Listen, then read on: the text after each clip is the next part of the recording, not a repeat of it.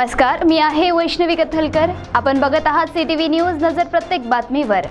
हिंदी आणि मराठी भाषेत बातम्या प्रसारित करणारे जिल्ह्यातील एकमेव channel, sponsored by Sukhkarta associates. आणि आता पाहूयात गेल्या 24 तासातील बातम्या पटापट।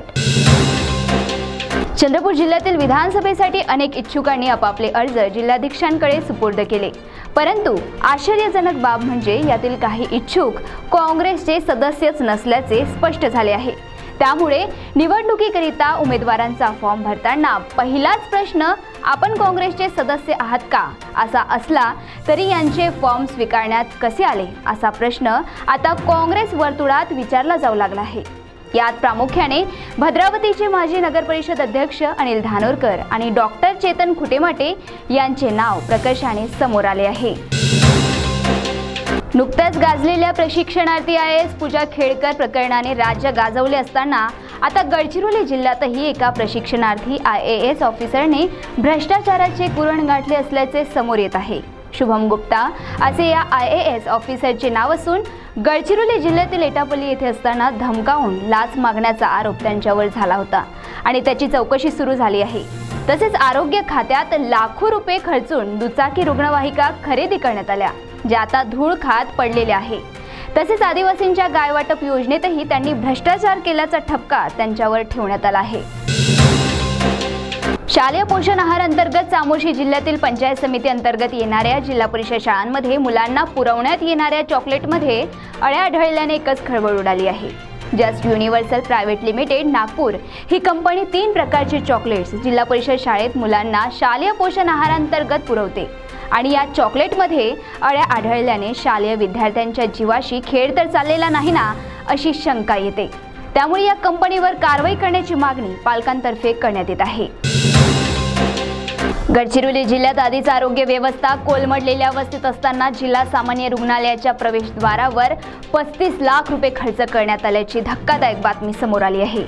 येथील जनतेला आरोग्य सेवा पुरवण्यात राज्य सरकार सपशेल अपयशी ठरत असताना केवळ प्रवेशद्वारावर 35 लाख रुपये खर्च करण्यात आल्याने अनेक समाजसेवी संस्थांनी याचा तीव्र शब्दात निषेध केला आहे। पोलीस दलात शिपाई आणि चालक पदाकरिता 19 जून ते 24 जुलैपर्यंत भरती प्रक्रिया राबवण्यात आली। या प्रक्रियेत अनेक उमेदवारांनी आपले नशीब आजमावले होते।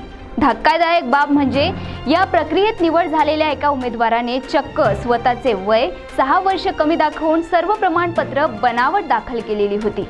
अंतिम यादीत त्याची निवड झाली।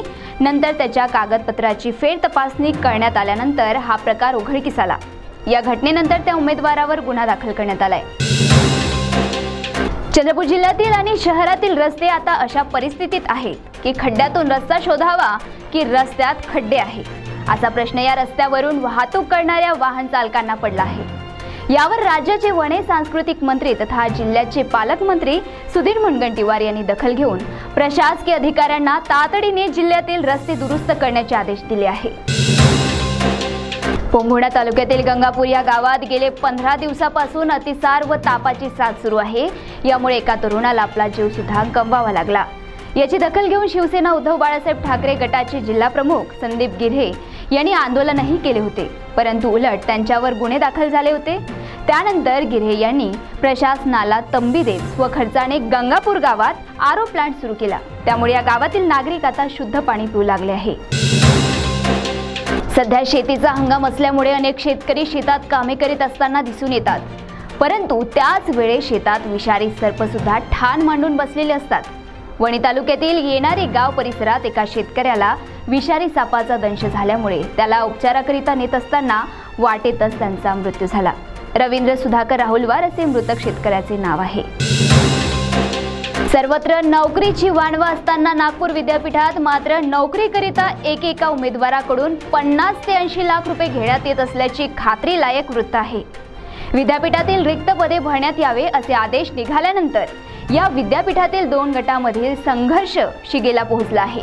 जवळपास 30 कोटीची रक्कम या पदभरतीतून मिळण्याचे उद्दिष्ट सुद्धा या 2 गटांनी ठरवले होते। परिणामी आर्थिक देवाणघेवाणीतून या 2 गटांमध्ये संघर्ष आता शिगेला पोहोचला आहे।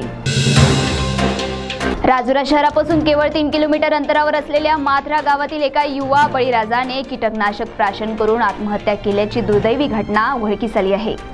सुरेश सदाशिव वांढरे असे ह्या युवा शेतकऱ्याचे नाव असून वडिलोपार्जित 2 एकर शेती तो करायचा आणि त्याच्यातच त्याच्या कुटुंबाचा उदरनिर्वाह व्हायचा।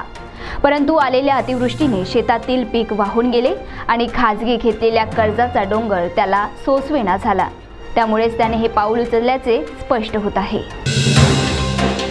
तर या होत्या पटापट बातम्या। लवकरच भेटूया पुन्हा काही नव्या बातम्यांसह।